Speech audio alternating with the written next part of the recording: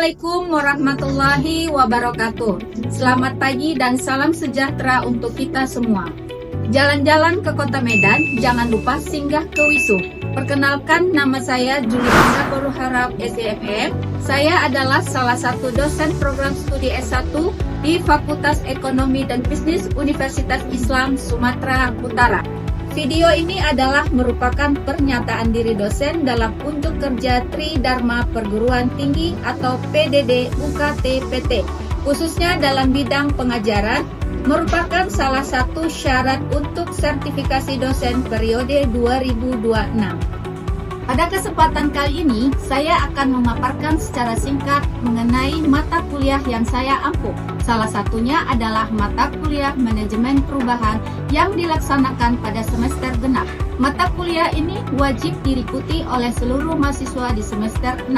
Nah, Manajemen Perubahan adalah salah satu mata kuliah yang saya ampuh, di mana proses pembelajaran pada mata kuliah Manajemen Perubahan mengacu pada capaian pembelajaran lulusan atau CPL program studi. CPL merupakan salah satu kompetensi yang harus dimiliki oleh setiap mahasiswa yang mencakup beberapa aspek, diantaranya sikap, pengetahuan, keterampilan umum, dan keterampilan khusus.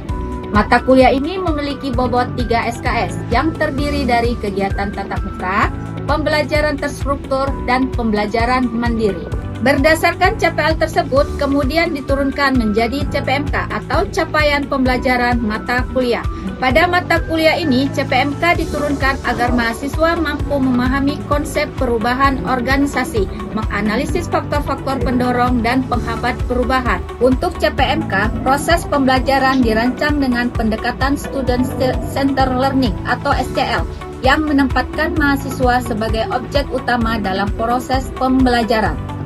Pada mata kuliah ini dilaksanakan 16 kali pertemuan, termasuk di dalamnya UTS dan UAS, di mana 14 kali pertemuan adalah pembahasan mengkaji teori manajemen perubahan dan 2 kali pertemuan adalah pelaksanaan UTS dan UAS.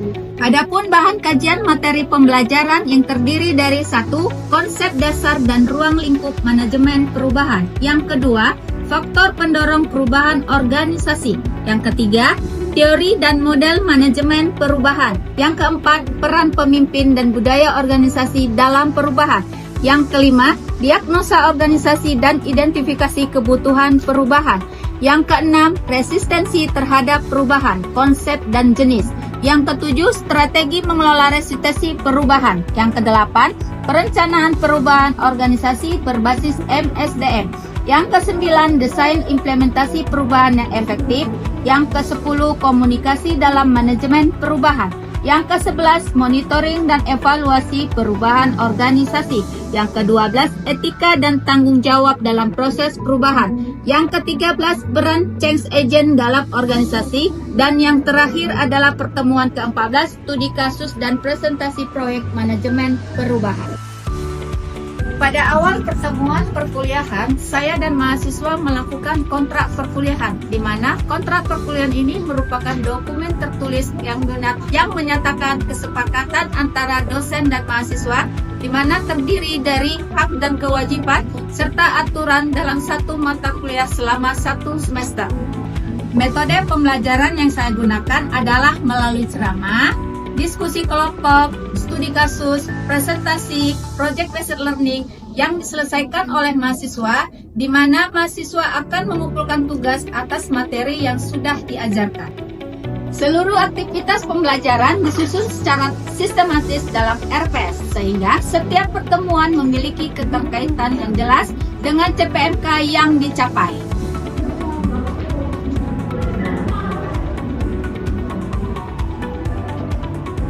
Evaluasi pembelajaran dilakukan melalui penilaian partisipasi, tugas individu dan kelompok presentasi, UTS dan UAS. Pada mata kuliah ini, mahasiswa diharapkan tidak hanya memahami teori saja, tetapi juga mampu mengaplikasikannya dalam menghadapi dinamika dan tantangan organisasi di era teknologi yang terus berkembang. Seluruh proses pembelajaran yang saya lakukan berdasarkan keselarasan antara CPL, CPMK, metode pembelajaran dan sistem evaluasi untuk mendukung kompetensi lulusan yang berkualitas. Berikut video pembelajaran mata kuliah Manajemen Perubahan. Mari kita saksikan secara bersama-sama. Oke, Adinda dan Ani. Aklina, Dea, Farah, Mei. Oke, hadir semua yang hari ini? Alhamdulillah, semua kita hadir. Nah, sebelum kita mulai pembelajaran kita, mari kita berdoa bersama-sama ya. Oke, doa dimulai. Oke, selesai. Nah, materi hari ini kita adalah tentang peran kepemimpinan dan budaya organisasi dalam perubahan. Nah, kalau untuk mengulang materi kita yang lalu, Ibu mau sedikit bertanya kepada kalian, apakah kalian memahami tentang teori kita yang minggu kemarin? Oke? Nah, teori kita kemarin tentang teori dan konsep manajemen perubahan.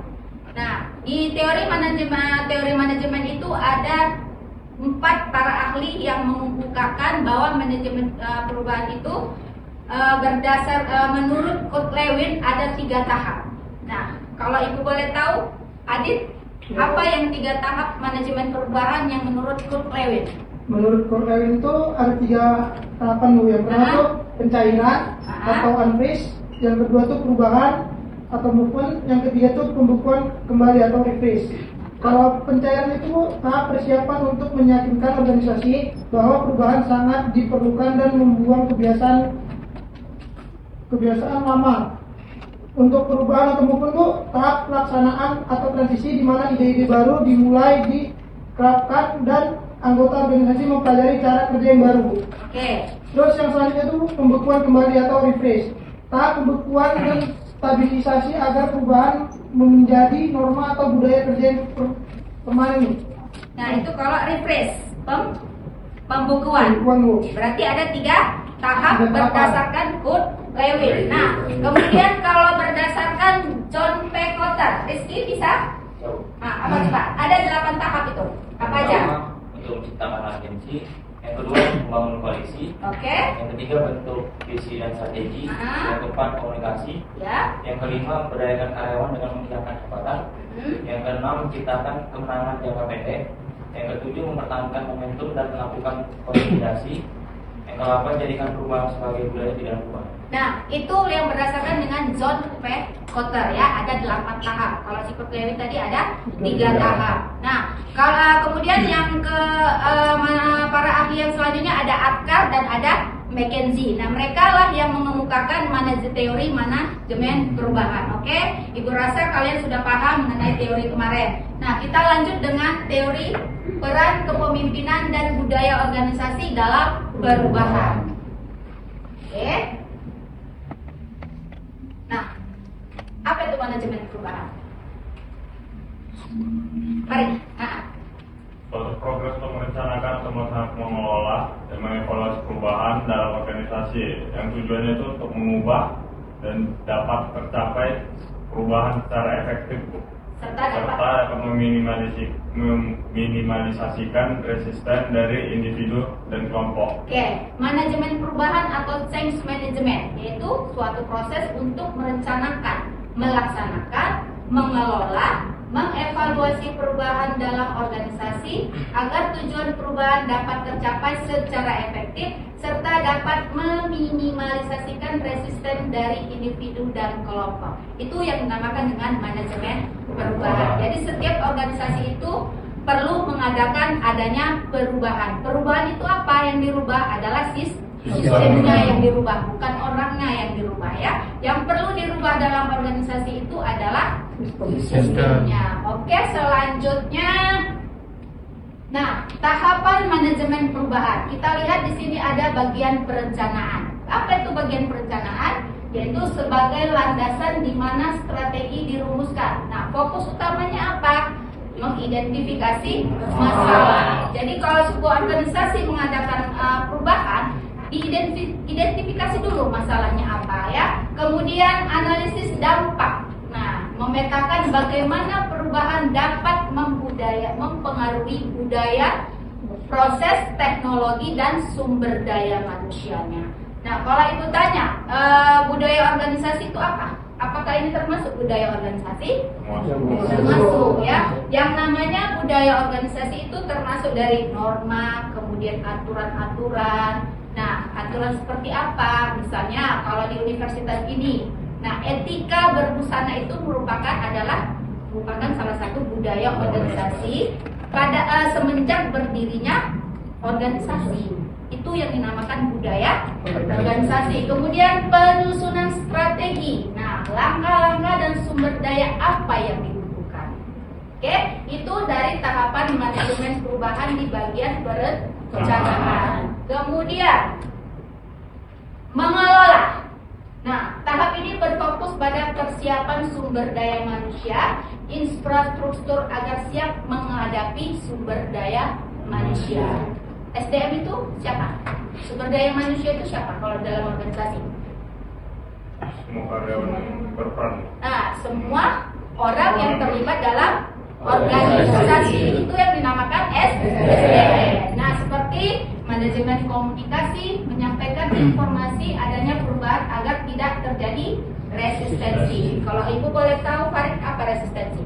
Penolakan, Bu, terhadap aturan-aturan baru yang akan dibuat oleh top management. Ya, resistensi itu adanya penolakan. Karena apa? Disebabkan karena apa adanya penolakan? Ya, karena mungkin pada saat sebelum adanya perubahan, mungkin dia sudah merasa nyaman dengan tempat atau posisi yang sudah dia duduki. Makanya ketika mengalami resistensi, nah itulah terjadi penolakan dalam diri karyawannya, dalam diri sumber daya manusianya. Yang ketiga, melaksanakan. Sesudah kita mengelola, maka dilakukanlah implementasinya, ya, mulai diterapkan dalam operasionalnya, ya, pelaksanaannya bagaimana. Kemudian mengevaluasi. Setelah dilakukan evaluasi pelaksanaan, maka dilakukanlah pengendalian. Nah, pengendalian itu memantau efektivitas perubahan dan memastikan tidak adanya perubahan. Oke, yang selanjutnya perubahan organisasi. Nah, kalau kita lihat perubahan organisasi ini merupakan proses yang dilakukan untuk menyesuaikan organisasi dengan perubahan lingkungan, kemudian teknologi, kebutuhan pelanggan maupun strategi bisnis. Nah, perusahaan mana atau organisasi mana yang sudah melakukan perubahan? Seperti Telkomsel, contohnya Telkomsel.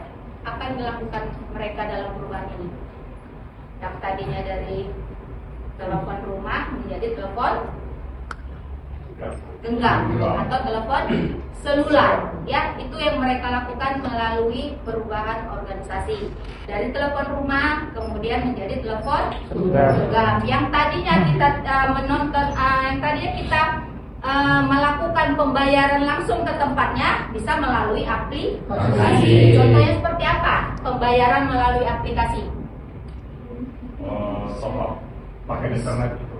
Ya, top up paket internet, kemudian membayar listrik. Kalian nggak perlu lagi ke PLN, cukup melakukan aplikasi. Nah, membayar air, datang nggak kalian ke PDAM? Ya, apalagi yang dilakukan melalui aplikasi?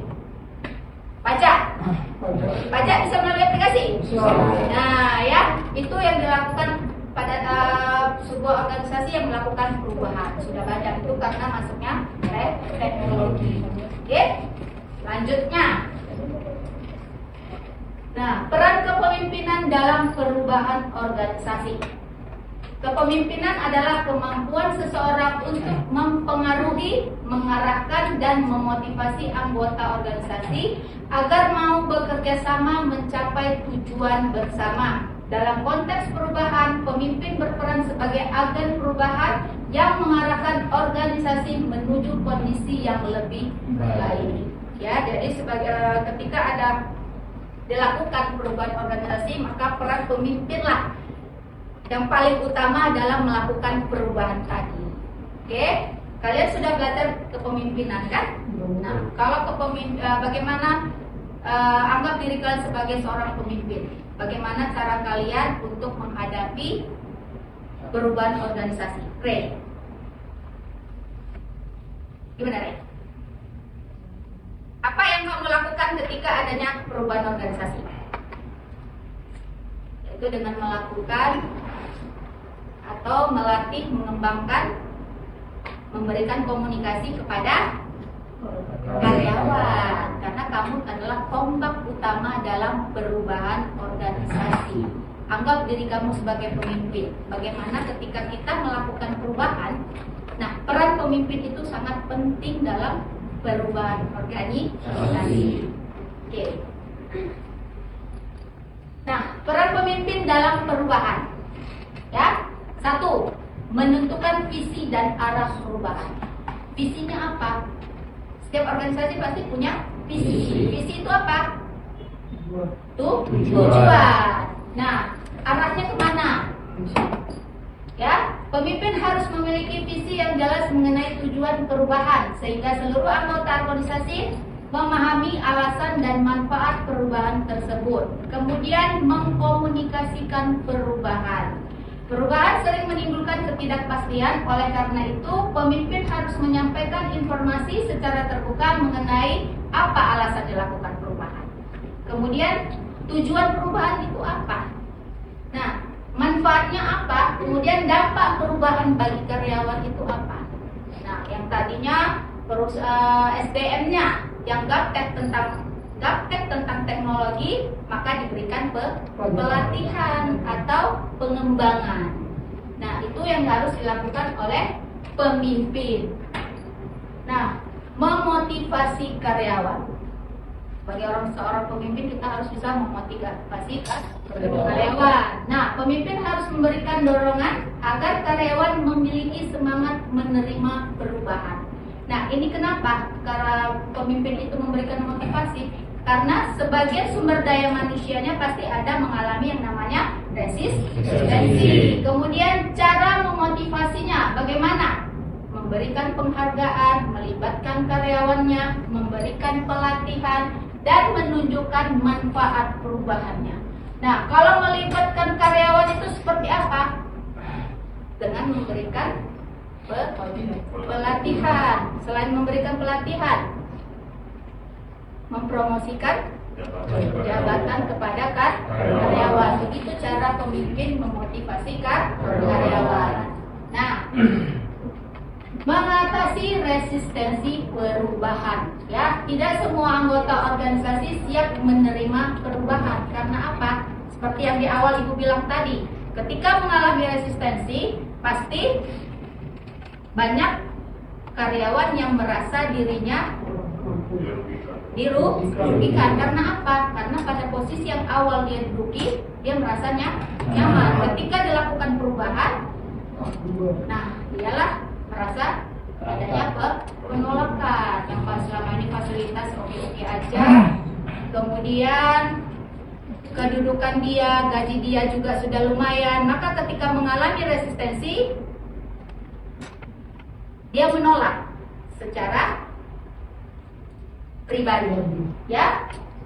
Oke, selanjutnya menjadi teladan atau role model. Nah, perubahan akan sulit berhasil apabila pemimpin tidak memberikan contoh. Kemudian pemimpin harus menunjukkan perilaku sesuai dengan perubahan yang diharapkan. Misalnya, jika perubahan menerapkan sistem digital, maka pimpinan juga harus menggunakan sistem tersebut. Nah, kalau kalian lihat di dalam sebuah organisasi, ya, kalau perubahan organisasi ini biasanya disebut dengan efisiensi waktu, efisiensi biaya. Nah, kalau dari segi waktu, efisiensinya seperti apa? Kalau dari segi waktu, misalnya kalau kita mengantar surat, tidak perlu lagi kita langsung ke kantor yang kita tuju, bisa melalui email. Jadi ada efisiensi waktu. Nah, kemudian efisiensi biaya, mengurangi biaya alat-alat kantor. Seperti apa? Tinta, apa lagi alat kantor, kertas, ya, tidak perlu lagi memakai itu. Karena apa? Melalui email juga sudah bisa, ya. Selanjutnya, sebelum lanjut, ada yang mau bertanya? Ya, Bu harap sudah paham ya. Oke. Selanjutnya, memberdayakan karyawan. Ya, pemimpin memberikan kesempatan kepada karyawan untuk ikut berpartisipasi dalam proses perubahan sehingga mereka merasa memiliki perubahan. Kemudian mengelola konflik. Nah, konflik ini sering terjadi karena adanya resistensi, yaitu perubahan sering menimbulkan konflik antar bagian maupun antar pegawai. Yang kedua, pemimpin harus mampu menjadi mediator, menjadi solusi, menjaga kerjasama tim. Nah, ya. Oke, selanjutnya budaya organisasi dalam perubahan.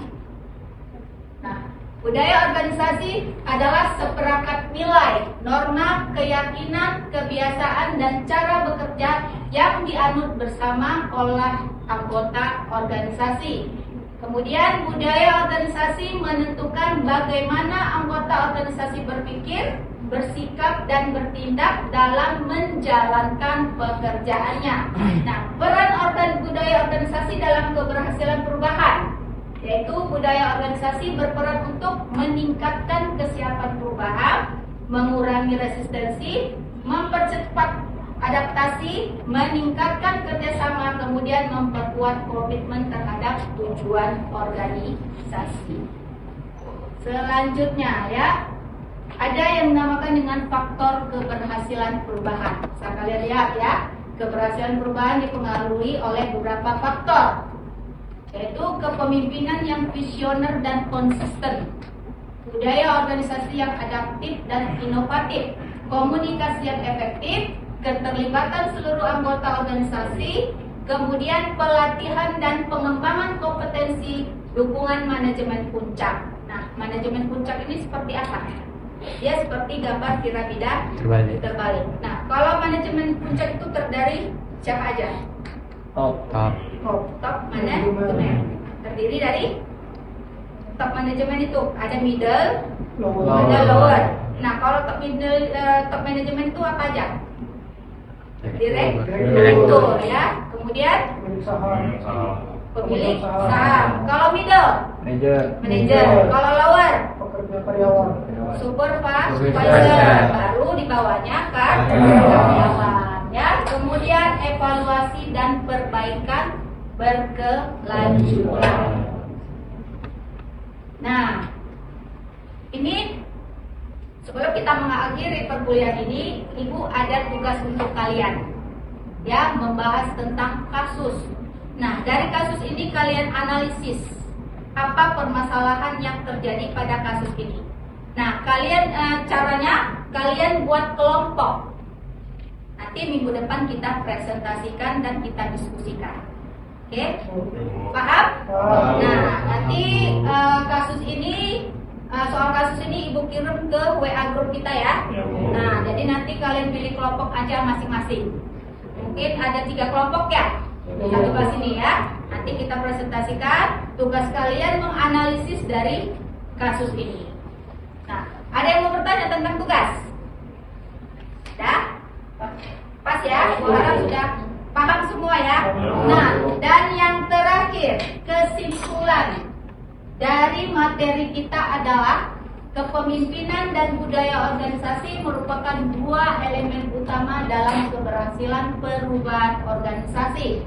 Nah, pemimpin berperan sebagai pengarah, komunikator, motivator, teladan, dan pengelola konflik selama proses perubahan berlangsung. Sementara itu, budaya organisasi menjadi landasan nilai dan perilaku yang menentukan sejauh mana anggota organisasi menerima dan mendukung perubahan.